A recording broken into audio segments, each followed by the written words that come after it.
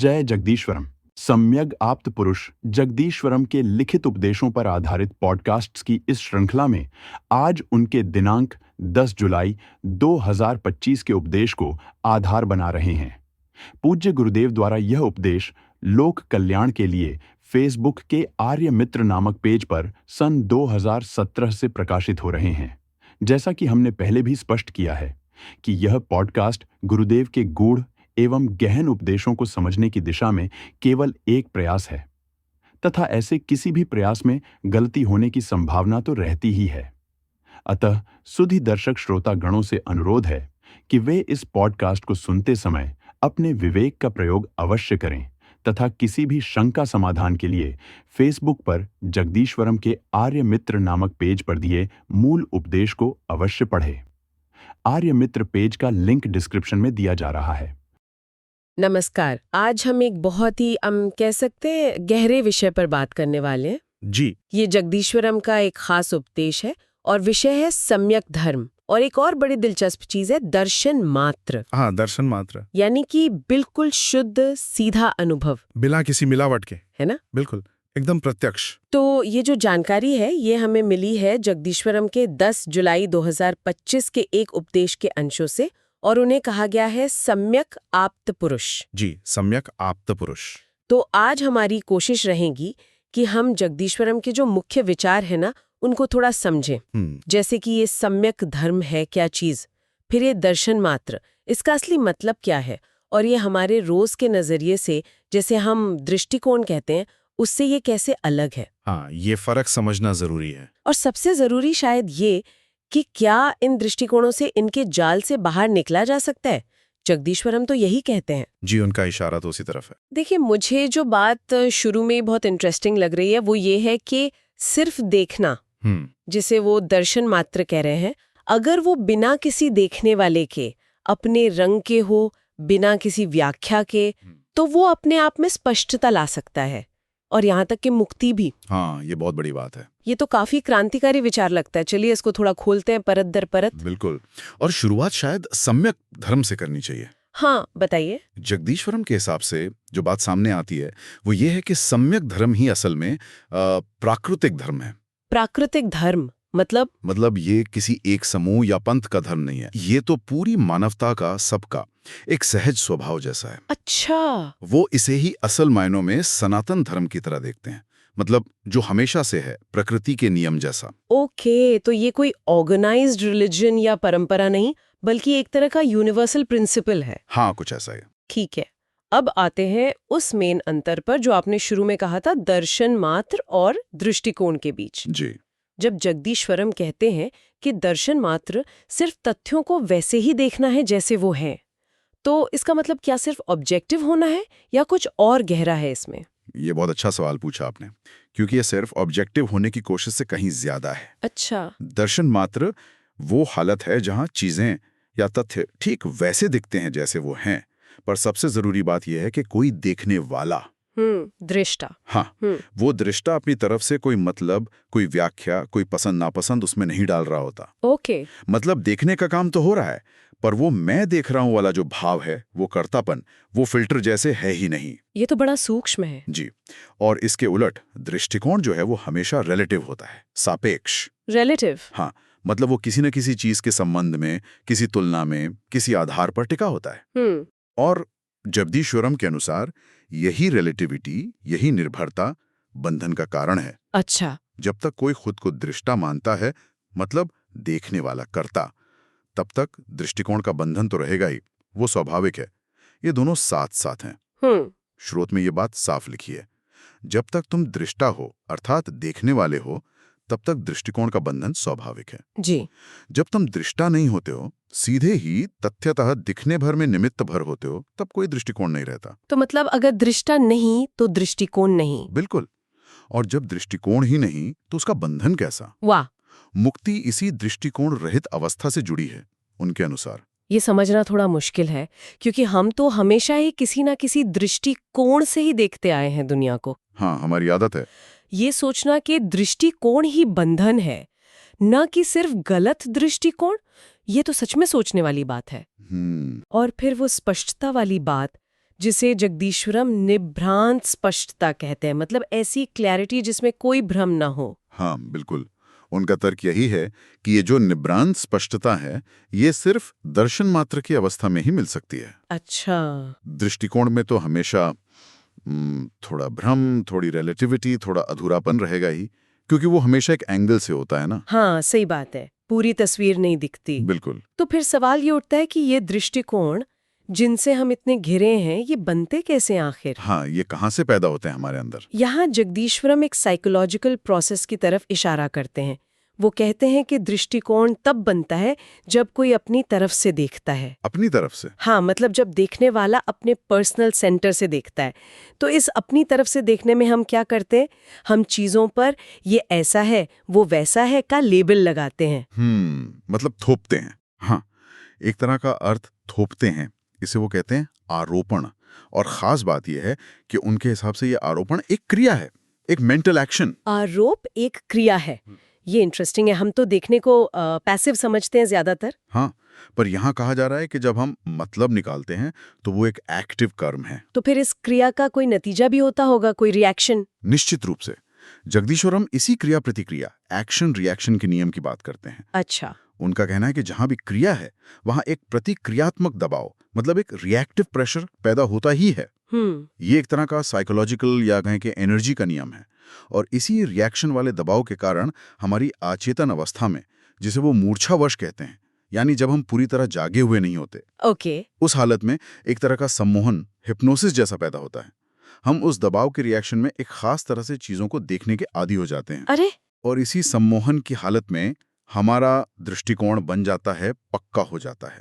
इसे समझने के लिए शायद वो रंगीन चश्मे वाला उदाहरण ठीक रहेगा। कह सकते हैं। मान लीजिए हमने अनजाने में एक पीला चश्मा पहन लिया। अब सब पीला दिख रहा है। ये पीलापन हमारा दृष्टिकोण हो गया, जो शायद किसी शुरू की क्रिया, चश्मा पहनना और उसके प्रतिक्रियात्मक दबाव, सब पीला दिखना से बना है। हम शायद भूल ही गए कि चश्मा है। हमें लगता है दुनिया ही पीली है। सही पकड़ा। तो दर्शन मात्र शायद वो चश्मा उतारना या ये जानना कि चश्मा है ही नहीं और दुनिया को उसके असली रंग में देखना। हाँ, ये उदाहरण काफी हद तक इसे साफ करता है। खासकर ये बात कि हम अक्सर जानते ही नहीं कि हमने कोई चश्मा पहना है। जगदीश्वरम इसी बात को कोण यानी एंगल के कॉन्सेप्ट से और समझाते हैं। कोण? हाँ, उनके अनुसार दृष्टिकोण हमेशा किसी एक खास कोण से किसी दूसरे कोण को देखना होता है।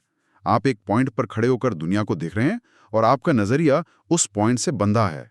राइट। लेकिन दर्शन मात्र, वो कहते हैं, किसी एक कोण विशेष से देखने की मजबूरी या लिमिट से बिल्कुल आजाद है। अच्छा। ये किसी एक जगह से देखना नहीं है, बल्कि सभी मुमकिन कोणों के आर पार देखना है। उनके शब्द हैं ये, सभी कोणों के अंतहीन आर पार से है। सभी कोणों के अंतहीन आर पार से। ये तो बहुत विशाल बात है। हाँ, ये एक अनलिमिटेड, अनडिफाइंड पर्सपेक्टिव है, जो असल में कोई पर्सपेक्टिव है ही नहीं, बस शुद्ध देखना है। स्रोत में द्वैत और अद्वैत जैसे जो फिलोसफिकल सिस्टम है उनका उदाहरण भी दिया है शायद। जी बिल्कुल। उन्हें भी विशेष कोण या मत कहा गया है। ये बात थोड़ी चौंका सकती है क्योंकि इनको तो अक्सर परम सत्य का दावा माना जाता है। हाँ, ये चौंकाने वाली बात लग सकती है। इन्हें कोण कैसे कहा जा सकता है? देखिए, जगदीश्वरम का एनालिसिस यहाँ काफी गहरा है। उनका कहना है कि ये सभी मत, चाहे कितने भी पुराने या गहरे क्यों न लगें, आखिरकार हैं तो रिलेटिव ही। रिलेटिव कैसे? वे एक दूसरे पर निर्भर हैं और अपेक्षाकृत दबाव पर टिके हैं। जैसे अद्वैत का विचार अक्सर द्वैत के खंडन के संदर्भ में खड़ा होता है और द्वैत का विचार अद्वैत की मौजूदगी में डिफाइन होता है। वे एक दूसरे को जैसे धक्का देकर अपनी जगह बनाते हैं। अच्छा, एक दूसरे के रेफरेंस में। हाँ, तो इस मतलब में कोई भी मत अपने आप में पूरी तरह से इंडिपेंडेंट या खुद से साबित या सहज नहीं है। वे एक सिस्टम के अंदर ही काम करते हैं। लेकिन दर्शन मात्र की जो अवस्था है, जहां कोई गैप नहीं, कोई तुलना नहीं, कोई अपेक्षाकृत दबाव नहीं, वहां इनमें से कोई भी मत टिक ही नहीं सकता। क्यों? क्योंकि उनकी बुनियाद ही रिलेटिविटी पर है। वहां तो बस डायरेक्ट शुद्ध अनुभव बचता है। ओके। और जगदीश्वरम के अनुसार यहीं पर सम्यक समाधान यानी सही, पूरा और टिकाऊ समाधान मुमकिन है, जो किसी मत या सिद्धांत पर नहीं, सीधे अनुभव पर आधारित है। अच्छा। और स्रोत में इस हालत पर एक तीखी टिप्पणी भी है जो सिंबल्स के इस्तेमाल से जुड़ी है। सिंबल्स जैसे? हाँ, जैसे बताया गया है कि कैसे अलग अलग मतों के लोग अक्सर अपने अपने प्रतीक लेकर घूमते हैं। कोई अद्वैत के नाम पर एक डंडा लेकर चलता है, कोई विशिष्ट अद्वैत के नाम पर 3 डंडे, अच्छा, त्रिदंड। हाँ, त्रिदंड। हाँ, और अपने अपने झंडे, अपने निशान लेकर अपनी पहचान जताते हैं। जगदीश्वरम इसे एक तरह की मूर्खता और पागलपन बताते हैं, जो अक्सर सांप्रदायिक तनाव और झगड़े का कारण बनता है। ये तो तीखी टिप्पणी है। हाँ, उनका कहना है कि ये सब दृष्टिकोणों से चिपके रहने का नतीजा है। दर्शन मात्र की स्पष्टता में इस तरह के टकराव या पहचान की जिद के लिए कोई जगह ही नहीं बचती। नई रोशनी डालता है। बिल्कुल। लेकिन फिर एक सवाल मन में आता है, बुद्ध, कृष्ण, क्राइस्ट, मोहम्मद, महावीर, ये जो महान ऐतिहासिक और आध्यात्मिक हस्तियां हुई हैं, जी, जिन्हें करोड़ों लोग मानते हैं, क्या उनके उपदेश भी इसी कैटेगरी में आएंगे? क्या वे भी सिर्फ कोण या दृष्टिकोण थे? देखिए, यहाँ जगदीश्वरम का नजरिया थोड़ा सा कॉम्प्लेक्स और खास है। कैसे? उनके अनुसार ये सभी महान हस्तियां, जिनमें वो बुद्ध, तीर्थंकर, क्राइस्ट, कृष्ण, मोहम्मद, नानक, कबीर जैसे कई नाम लेते हैं, वो असल में एक ही सापेक्षिक वर्तुल यानी रिलेटिव सर्कल के अलग अलग कोण या रेडियस हैं। एक ही रिलेटिव सर्कल के अलग अलग कोण। हाँ, स्रोत में इसे समझाते हुए कहा गया है, सभी कोण एक ही सापेक्षिक वर्तुल के हैं। वर्तुल के कोणों का भले ही परस्पर कितना ही विरोधाभास क्यों न हो, पर सभी कोण अपने आधार केंद्र की ओर अभिमुख हों, समर्पित हैं। इस अर्थ में कोई मतभेद अथवा विरोधाभास नहीं है। अच्छा, मतलब ऊपर से देखने पर उनमें विरोध लग सकता है, पर असल में वो सब एक ही सेंटर की तरफ इशारा कर रहे हैं। बिल्कुल, उस गहरे लेवल पर उनमें कोई झगड़ा नहीं है। वो सब उसी एक केंद्र के प्रति समर्पित हैं। ओके। लेकिन इसके साथ ही जगदीश्वरम एक बहुत अहम दावा भी करते हैं। क्या? उनका कहना है कि जो सम्यक आप्त पुरुष है और वो खुद को उसी कैटेगरी में रखते हैं, वो उस रिलेटिव सर्कल के किसी एक कोण या रेडियस का प्रतिनिधि भर नहीं है। तो फिर? बल्कि उसे ही वो आधारीय केंद्रीय सत्य पूरी तरह से साफ है, अनुभव में है, जिसका इशारा वो सब अलग अलग कोण कर रहे थे। अच्छा। इसलिए वो दावा करते हैं कि सम्यक आप्त पुरुष ही उन सभी संस्थापकों और प्रवर्तकों की पूर्णता का असली आधार है। ये तो बहुत बड़ा दावा है। जी हाँ। लोक यानी समाज और वेद यानी शास्त्र, दोनों नजरियों से सबसे ज्येष्ठ, सबसे सीनियर और श्रेष्ठ बताया गया है। हाँ, ये उल्लेख भी है। ये उन्हें पारंपरिक गुरुओं की लाइन से अलग दिखाता है। बिल्कुल। और इस दावे को उस उपदेश के कॉन्टेक्स्ट से और वजन मिलता है। वो उपदेश आषाढ़ पूर्णिमा को दिया गया था। गुरु पूर्णिमा। हाँ, जिसे गुरु पूर्णिमा कहते हैं और व्यास ऋषि से जोड़ते हैं। उस मौके पर जगदीश्वरम ने साफ सलाह दी कि उन्हें यानी सम्यक उपदिष्टा को व्यास वगैरह पारंपरिक गुरुओं का सिर्फ प्रतिनिधि न समझा जाए। तो क्या समझा जाए? बल्कि उन सभी का सम्यक गुरु यानी सही या पूरा गुरु, और सम्यक शास्ता यानी सही रास्ता दिखाने वाला और अनुशासन करने वाला स्वीकार किया जाए। अच्छा। उपदेश की जगह और समय सुबह 8:40 का जिक्र भी शायद उसकी ऑथेंटिसिटी बताने के लिए है। ये जो खुद को केंद्र में रखने वाली बात है ना, के परिधि पर, ये यकीनन सोचने पर मजबूर करती है और शायद कुछ कंट्रोवर्सी भी पैदा कर सकती है। बिल्कुल, इस पर अलग अलग राय हो सकती है। तो अगर हम इस पूरी बातचीत को समेटें तो मेन मैसेज ये निकल रहा है कि हमारे जो आम दृष्टिकोण हैं, जी, जिनसे हम दुनिया को समझते हैं, वो अपनी नेचर से ही रिलेटिव हैं, लिमिटेड हैं और बंधन पैदा करते हैं। हाँ, यही सार है। और उनसे आजाद होने का रास्ता किसी बेहतर दृष्टिकोण को पकड़ना नहीं है, नहीं, बल्कि दृष्टिकोण बनाने वाले उस कर्ता भाव से ही ऊपर उठना है और इस शुद्ध डायरेक्ट अनुभव यानी दर्शन मात्र की स्थिति में आना है। एकदम सही। और यही हालत सच्ची, बिना भ्रम वाली स्पष्टता और असली मुक्ति ला सकती है। और इसके जो इम्प्लीकेशंस हैं वो बहुत गहरे हैं। कैसे? ये नजरिया किसी भी तरह की फिक्स्ड मान्यता, किसी भी आइडियोलॉजी या सिद्धांत को आखिरी सच मानकर उससे कट्टरता से चिपकने की जो हमारी आदत है, उस पर सवाल खड़ा करता है। ये हमें इंटेलेक्चुअल खांचों और तर्कों की दुनिया से परे जाने को कहता है। हाँ। सीधे अपने अनुभव के महत्व की ओर ले जाता है। हाँ। अगर हम बड़ी पिक्चर देखें तो ये हमें लगातार अपनी धारणाओं को चेक करने, चीजों को कई एंगल से देखने और सबसे बढ़कर अपने देखने वाले पर ही सवाल उठाने को कहता है कि क्या मेरा नजरिया सच में चीजों को दिखा रहा है या उन्हें मेरे ही रंग में रंग रहा है। बिल्कुल, यही सवाल। और मुझे लगता है यहीं पर सुनने वालों के लिए एक आहा मोमेंट हो सकता है। हाँ, ये मतभेदों को, असहमतियों को और सच की मल्टी डायमेंशनल नेचर को समझने का एक बिल्कुल नया फ्रेमवर्क देता है। सही कहा। शायद जिन्हें हम एक दूसरे के विरोधी विचार या रास्ते समझते आए हैं, वो असल में एक ही गहरे सेंट्रल सच के अलग अलग पहलू या कोण हो सकता है। और शायद दर्शन मात्र ही वो चाबी है जिससे पूरी तस्वीर बिना किसी कोण के बंधन के, बिना किसी रंगीन चश्मे के देखी जा सके। हाँ, यही संभावना खुलती है। ये तो ज्ञान पाने और दुनिया को समझने का हमारा पूरा तरीका ही बदल सकता है। बिल्कुल। तो आज की इस गहरी पड़ताल के बाद एक विचार आपके मन में हम छोड़ जाते हैं। जगदीश्वरम का सुझाव है कि दृष्टिकोण तब बनते हैं जब देखने वाला अपनी व्याख्याएं चीजों पर थोपता है, आरोपण करता है। जी।